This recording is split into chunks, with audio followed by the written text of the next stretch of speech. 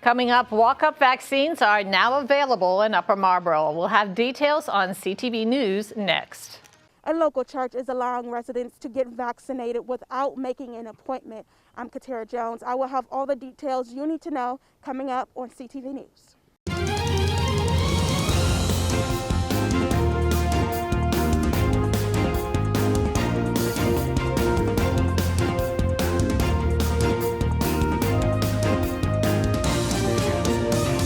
Good evening, I'm Patricia Vallone with a CTV News update. In a push to get more shots in the arms of residents, a vaccination clinic at a local church is offering appointment-free days. CTV's Katara Jones is in Upper Marlboro with more. The Family Life Center here at the First Baptist Church of Glen Arden will allow residents to get vaccinated without making an appointment. The walk-in clinic will only be offered today, May 11th, and Wednesday, May 12th. This is all in an effort to get more people vaccinated. We are featuring a walk-in clinic, as you mentioned, to be able to accommodate those who want to get vaccinated, but they don't want to go through the hassle of registering, or they may be off and they don't have to go into work today, and they decide, hey, I want to get vaccinated. We're trying to eliminate any barriers that would prevent people from coming to get vaccinated. If they've received their first dose here, they will be able to get their second dose here. If they received their first dose in any of the University of Maryland systems, hospitals, they will be able to get their second dose here as well. This clinic will offer the Pfizer vaccine. For more information, visit fbcglenarden.org/vaccine. Reporting in Upper Marlboro, Katara Jones, CTV News. Again, for more information, you can visit fbcglenarden.org/vaccine. The Food and Drug Administration greenlights Pfizer's COVID-19 vaccine for kids that are aged 12 to 15 years old. The agency made the announcement yesterday. Ambulatory Nursing Executive Director Jean Ricks with Children's National says that side effects do vary from person to person. However, she says kids can expect some of the same symptoms as adults. There is some headache, some malaise, or in other words, I just kind of feel tired. I kind of feel drained. And that generally lasts about 24 to 36 hours. But others have absolutely no effects from it. So it really does vary. I will tell you there's some soreness that occurs in the arm. Rick suggests that youngsters hydrate and move their arms to reduce soreness after getting their shots. On the COVID vaccination front, today was the last day residents could get their first dose of the Pfizer vaccine at the Greenbelt Metro Station mass vaccination site. People who have already received the first dose will still be able to get the second dose beyond today. Also, starting tomorrow, the site will be administering the single-dose JJ vaccine. No appointments are necessary. The site is taking walk-ons. As for hours of operation, Monday and Tuesday, 7 to 3, Wednesday and Thursday, noon to 8, and Friday through Sunday, 9 to 5. The state reports 399 new COVID-19 cases within the last 24 hours. An additional 8 residents have died from the virus. This brings the state's death toll to more than 8,600.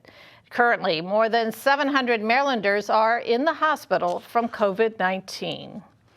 And you are watching CTV News. I'm Patricia Vallone. Coming up, a new mayor for the city of Mount Rainier. We'll have a conversation with Selena Benitez right after the break. Stay with us. Multiple studies have shown that marijuana can slow both driver reaction and response time, which can be really dangerous. He's here. He's here. Wait. What? I can't drive. Why? My. Oh.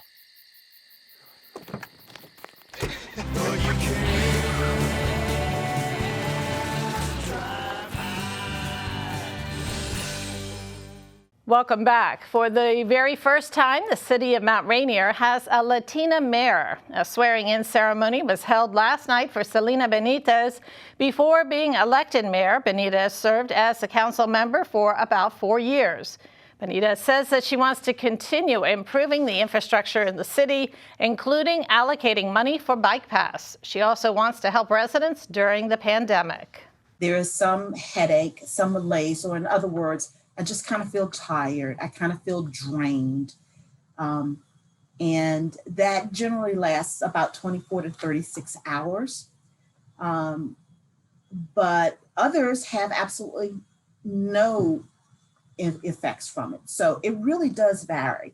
I will tell you there's some soreness that occurs in the arm. Meantime, the city's youth scholarship deadline is coming up on Friday. For more information, you can visit mountrainiermd.org. A long battle between the Capitol Heights mayor and its council comes to an end. The issue came to a head when 4 of the town's 6 council members decided to temporarily abolish the office of the mayor until the term ended for Sean Malden. Malden fought back, getting 20% of the needed signatures to put the issue to the voters. But he says the council refused to accept the petition and abolish the office effective May 7th. Malden says he believes the action was personal because he was holding members accountable. It's personal because a lot of the things that I am being accused of or have been accused of are not even things that are within my power to do. For example, sign checks, and I also chair meetings as the mayor. And in signing checks, I have a duty to look through the checks and make sure that they are adequately and properly done before I sign. So I was accused of not signing checks. Well, yeah, one of those checks was for a council person, a reimbursement, and the receipt wasn't even legible. Literally, there was a blank sheet of paper attached to the check. And so it's these sorts of things that I'm going to continue to hold their feet to the fire, even though I may not be in office, making sure that our roads get the attention that they need, making sure that our citizens come first. You know, we have over $3 million coming from the American Rescue Plan, and yet and still at this moment, there's been no plan of how that money is going to be spent. And so I've been outspoken, I've been holding their feet to the fire, and I will continue to do that to the day I die. And according to the town's bylaws, the council will now be able to appoint a chair until the next mayoral election. A Maryland organization that seeks to increase opportunities and wages for low-income workers and job hunters says it's concerned about several state bills that have yet to be signed by the governor. The Job Opportunities Task Force says 3 bills in particular are still sitting on the governor's desk, even though they passed both chambers of the General Assembly. All of our bills that have passed, namely 3 major ones, House Bill 89, which is diminution credits, House Bill 316, which is a bill to reform how we do GPS monitoring in the state, and Senate Bill 201, which is the automatic expungement of non-convictions. Any one of those bills, even though the governor really has nothing negative to say or go about it, could veto them just simply for political reasons. And as our bills tend to lean more on the liberal side, and I know if he wants to save face, you know, that can be something that's on the chopping block. Nothing to do with the issue itself, but just because of the nature of who passed the bills. If he does not sign them, when would they technically go into effect? So May 27th is what I've been told the current day is, but I'm still looking into some finalizations of those dates. There's no real out and out date as of yet, but as it is, if he does not sign it, but he does not veto it, then it just naturally goes into effect without his signature, which would be a win for us either way. The women's pre-release bill would go into effect June 1st unless the governor vetoes it. A measure that would make GPS monitoring less expensive is scheduled to take effect July 1st. An automatic expungement of non-convictions would begin on October 1st. Still to come here on CTV News tonight, a record-breaking night for the Wizards and Russell Westbrook. We'll have details ahead. Our fellow Americans. Right now, the COVID-19 vaccines are available to millions of Americans. And soon, they will be available to everyone. The science is clear. These vaccines will protect you and those you love from this dangerous and deadly disease. They could save your life. So we urge you to get vaccinated when it's available to you. That's the first step to ending the pandemic and moving our country forward. It's up to you. Thanks for staying with us. Well, a shooting in Anne Arundel County leaves 3 adults dead and 1 child in critical but stable condition. The suspect gunman has been identified as 57-year-old Sean Price. It happened about 9:30 last night in the 200 block of Federalsburg South in Laurel. A witness who was in the house but managed to escape with the child unharmed says Price entered his ex-girlfriend's home and began shooting. Killed were 31-year-old Robert Lee and his wife, Ivania Lee. Investigators say Price then took his own life. Police say the ex-girlfriend had applied for a protective order against Price but was denied.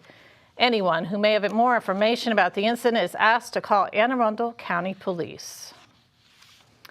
A New York man who calls himself a First Amendment auditor has been charged with obstructing and hindering police during a traffic stop in Harford County. Here is some of the police body camera video, along with cell phone video shot last week by the man, 30-year-old Sean Paul Reyes. In the cell phone video, you can hear the interaction between police and Reyes in the 500 block of Pulaski Highway in Joppa. The incident happened around 10:30 on May 4th. This is a traffic stop. You do not belong. I am far away. I have a right to film the police. The Supreme Court has given me. No, I'm not. Turn around, put your hands behind your back. You're under arrest. For what? I'm on a sidewalk, sir. You're under arrest for hindering. Turn around. I'm on a sidewalk, sir. Turn around. I'm walking on a sidewalk. I'm telling you right now, bud. One officer pulled his stun gun on Reyes, who was arrested during that incident. Police say they became concerned because the man walked up from behind and could have filmed them from another location. Reyes' trial is set for July 21st. There is an open seat on the Prince George's School Board, and the deadline to apply is approaching. Sandra Shepard resigned last month, and now County Executive Angela Alsobrooks is seeking applicants to replace her. If you'd like to apply, send your resume and a letter of interest to the email at the bottom of your screen. The deadline to apply is May 14th. Well, it was a monumental moment in NBA history. Russell Westbrook of the Washington Wizards broke a record that was seemingly unbreakable. Westbrook broke the Oscar Robertson record for triple doubles last night as the Wizards took on the Atlanta Hawks. And scoring in double figures for points, rebounds, and assists is a great feat for any player in a single game. But Westbrook has now performed the feat 182 times. In a losing effort against the Hawks, Westbrook had 28 points, 21 assists, and 13 rebounds. To be able to just be mentioned with guys like Oscar and Magic and Jason Kidd and those guys is just something that I never would have dreamed about as a young kid growing up in LA. And I'm truly grateful for moments like this and something that I should. Normally I don't like to pat myself on the back, but tonight I will, just because I'm so grateful for the ones before me and so blessed and thankful for the man above for allowing me to go out and do what I do. And I take this job very seriously, and I'm super grateful for all my teammates and coaches along my journey thus far. And special thanks to my family. And the Wizards fell to the Hawks 125-124. The teams face off again tomorrow night. Well, now let's get a quick check on our 3-day weather forecast. Tonight, increasing clouds with a low around 45 degrees. Wednesday and Thursday, mostly sunny with daytime temps in the upper 60s, evening lows near the upper 40s.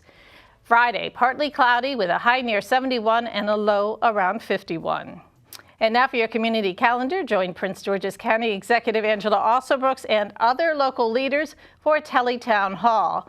This community update will provide residents with the latest information on COVID-19 and vaccinations. The meeting is tonight, May 11th at 6 p.m. To register or submit questions and concerns, use the link on your screen. And that wraps up our newscast. Join us tomorrow, same time, same place. Have a great night.